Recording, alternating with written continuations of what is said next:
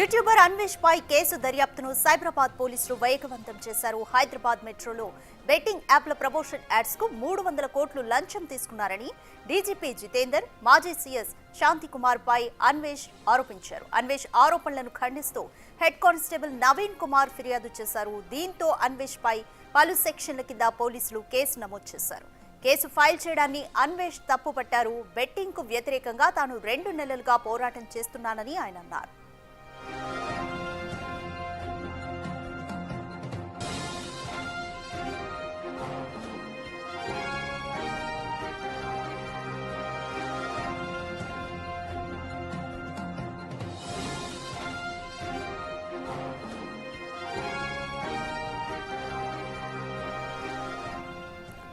More details మా ప్రతినిధి సురేష్ అందిస్తారు.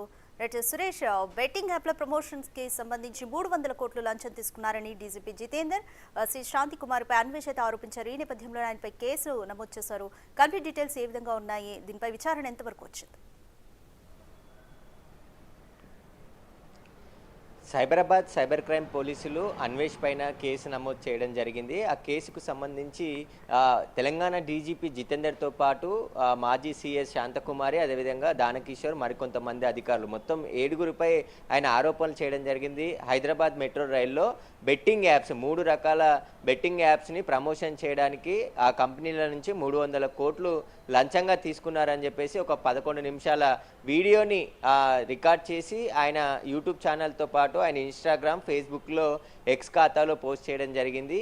ఆ వీడియోలో చాలా ఆసక్తికరమైన ఆరోపణలు అన్వేష్ చేశాడు. దాంట్లో బెట్టింగ్ యాప్స్కి సంబంధించి నిషేధం ఉన్నప్పటికీ ఈ మెట్రో రైల్లో రోజు వందల మంది ప్రయాణించే మెట్రో రైల్లో ఇలాంటి బెట్టింగ్ యాప్స్ ప్రమోషన్ చేయడం వల్ల యువత బెట్టింగ్ యాప్స్ ఆడి డబ్బులు పోగొట్టుకున్నారని చెప్పేసి కూడా ఆయన చెప్తున్నాడు. దానికి ముఖ్య కారణమైనటువంటి వాళ్ళు డీజీపీ జితేందర్, అదేవిధంగా CS Shanthakumari, Danakishore, metro rail MD NVS Reddy, వీరందరూ కూడా కలిసి లంచంగా 300 కోట్లు తీసుకున్నారని చెప్పేసి ఆ వీడియోలో ఆయన పెట్టాడు. ఆ వీడియోని పోస్ట్ చేసి మళ్ళీ తర్వాత 2 రోజులకే డిలీట్ చేయడం జరిగింది. ఆ తర్వాత అది గమనించిన పోలీసులు ఐటీ సెల్లో పనిచేసే నవీన్ కుమార్ సైబరాబాద్ పోలీసులకి ఫిర్యాదు చేయడం జరిగింది. ఆ ఫిర్యాదు పైన పలు సెక్షన్ల కింద కేసు నమోదు చేసి పోలీసులు దర్యాప్తు చేస్తున్నారు. ప్రస్తుతం ఆయన ప్రపంచ యాత్రికుడిగా విదేశాలు తిరుగుతూ ఉన్నాడు.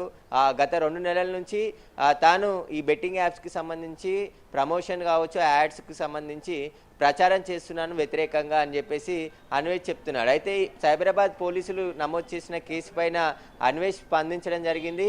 తాను ఒకవైపు బెట్టింగ్ యాప్లకు సంబంధించి పోరాటం చేస్తుంటే తనను పైన కేసు నమోదు చేయడం ఏంటి, అసలు దోషులపై కేసు నమోదు చేయకుండా నా మీద కేసు నమోదు చేశారని చెప్పేసి కూడా ఆయన ఆగ్రహం వ్యక్తం చేయడం జరిగింది. తాను బెట్టింగ్ యాప్ కుటుంబాలు ఎవరైతే చనిపోయారో బెట్టింగ్ యాప్ వల్ల ఆ కుటుంబాలకి సంబంధించి ఇప్పటి వరకు 5 మందికి 2 లక్షల రూపాయల ఆర్థిక సహాయం కూడా చేశానని చెప్పేసి ఆయన వెల్లడించడం జరిగింది. దీనికి సంబంధించి ఎవరైతే బాధ్యులపైన చర్యలు తీసుకోకుండా తనపైనే కేసు నమోదు చేస్తారా అని చెప్పేసి కూడా ఆయన స్పందిస్తూ చెప్పడం జరిగింది. కాబట్టి ఇప్పుడు అన్వేష్కి సంబంధించి అనేక ఆరోపణలు గతంలో సెలబ్రిటీలు, యూట్యూబ్ ఇన్ఫ్లుయెన్సర్లు వాళ్ళపై చేశారు. కానీ ఏకంగా ఈసారి తెలంగాణ డీజీపీ, అదేవిధంగా ఐఏఎస్ అధికారులు వీరందరిపైన కూడా ఆయన ఆరోపణలు చేయడం జరిగింది. బెట్టింగ్ యాప్ ద్వారా లంచాలు తీసుకున్నారని చెప్పేసి కూడా చెప్తున్నారు. తనకు తెలిసినంత కూడా అక్కడ ఐపీఎస్ ఐఏఎస్లకు తెలియదా అని చెప్పేసి కూడా యూట్యూబ్లో మాట్లాడడం జరిగింది. అంతేకాకుండా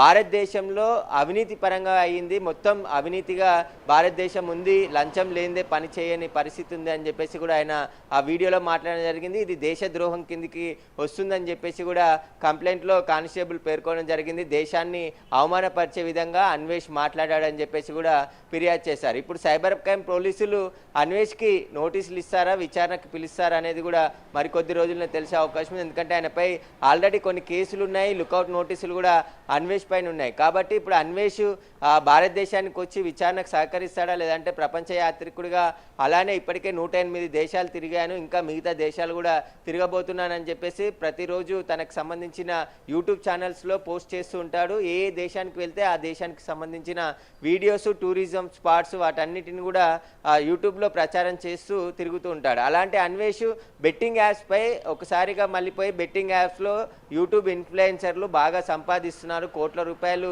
బెట్టింగ్ యాప్ల కంపెనీల నుండి తీసుకొని ఆ బెట్టింగ్ యాప్స్ని ప్రమోట్ చేయడం వల్ల తెలంగాణ, ఏపీలో ఉన్నటువంటి యువకులంతా కూడా బెట్టింగ్ యాప్స్లో డబ్బులు కోల్పోయి ఆత్మహత్యలు చేసుకుంటున్నారు. వారిపైన కఠిన చర్యలు తీసుకోవాలని చెప్పేసి పోలీసులకి ఆయన వీడియో ద్వారా విజ్ఞప్తి చేశాడు. కొంతమంది సెలబ్రిటీల పేర్లు కూడా చెప్పుకొచ్చి రోజుకొక సెలబ్రిటీని ఆయన టార్గెట్ చేస్తూ చెప్పడం జరిగింది. కాబట్టి ఇప్పుడు పోలీసులనే టార్గెట్ చేయడం జరిగింది. ఐఏఎస్ అధికారులను కూడా ఆయన టార్గెట్ చేసి వీడియో చేశారు. అసలు అన్వేష్ వెనకాల ఎవరుండి వీడియోలు చేస్తున్నారనే దానిపై కూడా పోలీసులు ఆరా తీస్తున్నారు. Thanks for the update Suresh.